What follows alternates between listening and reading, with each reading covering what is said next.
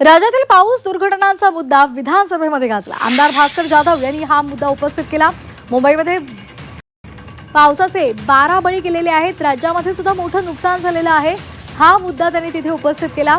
अतिवृष्टीवर विधानसभेमध्ये तातडीने चर्चा व्हावी अशी मागणी सुद्धा त्यांनी केली। सर्व कामकाज बाजूला ठेवू आणि चर्चा करा अशी सुद्धा मागणी त्यांनी केलेली आहे।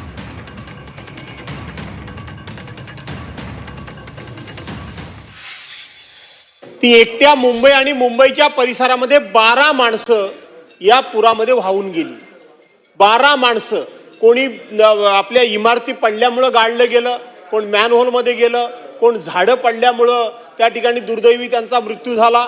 अशाच पद्धतीने अध्यक्ष महोदय ग्रामीण भागामध्ये देखील मोठ्या प्रमाणामध्ये मोठी हानी झालेली आहे। अध्यक्ष महोदय, आपण मिसिंग लिंकची अवस्था काय झाली ती बघितली। आपण काही रस्ते 2 तुकडे होऊन संपूर्ण संपर्क तुटलेला आहे। अध्यक्ष महोदय, कोकणामध्ये विशेष करून सगळ्या भागामध्ये पाणी हा शहरामध्ये मोठ्या प्रमाणामध्ये गेल्यामुळे व्यापाऱ्यांचं वगैरे मोठं नुकसान झालंय।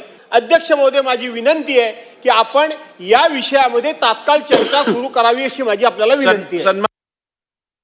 महाराष्ट्रात सर्व ठिकाणी प्रचंड पाऊस आहे आणि मुंबई, बृहन्मुंबई एरियामध्ये आणि खास करून मुंबई पुणे रस्त्यावर, नाशिकच्या बाजूला सर्व ठिकाणी प्रचंड पावसाने थैमान घातलेलं आहे। अनेकांचे मृत्यू झाले।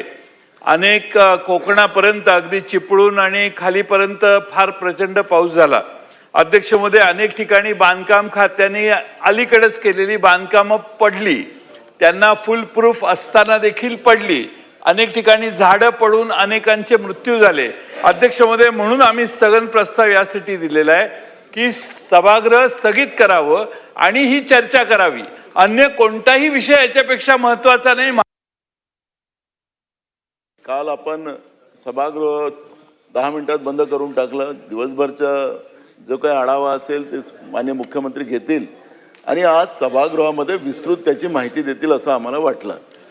अध्यक्ष महाराज, अशी कुठलीही माहिती आली नाही। एक दुसरं, परवा जो एक माणूस त्या मॅनहोलचं कव्हर नसल्यामुळे वाहून गेला, त्याला सुमोटो माननीय कोर्टाने आपल्याकडे प्रकरण घेतलं आणि महानगरपालिकेला ज्या काही झापायचं होतं ते झापलं आपल्या भाषेत।